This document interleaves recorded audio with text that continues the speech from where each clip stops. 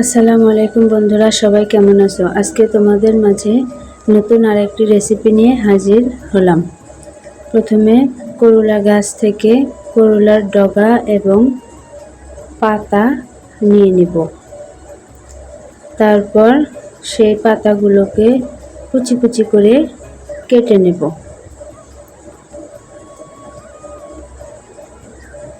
পাতাগুলোকে ভালোভাবে ধুয়ে নেব।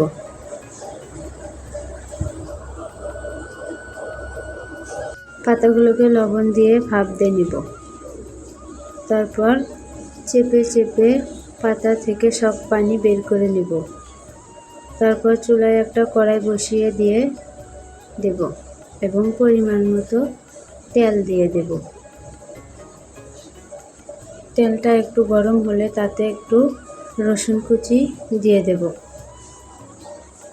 রসুনটাকে ভালোভাবে নেড়েচেড়ে একটু ভেজে নেব। তারপর তাতে পেঁয়াজ কুচি এবং কাঁচামরিচ কুচি দিয়ে দেব। সবগুলো উপকরণকে ভালোভাবে ভেজে নেব।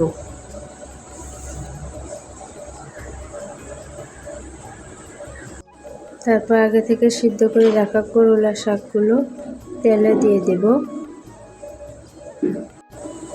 এবং ভালোভাবে ভেজে নেব।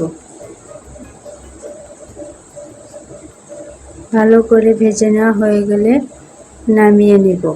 করলা শাকটা গরম ভাতের সাথে গরম গরম পরিবেশন করবেন, তাহলে তিতা লাগবে না। আমার এই রেসিপিটি যদি ভালো লেগে থাকে তাহলে বাসায় ট্রাই করতে পারেন এবং চ্যানেলটি সাবস্ক্রাইব করে পাশে থাকবেন। ভিডিওটি দেখার জন্য ধন্যবাদ।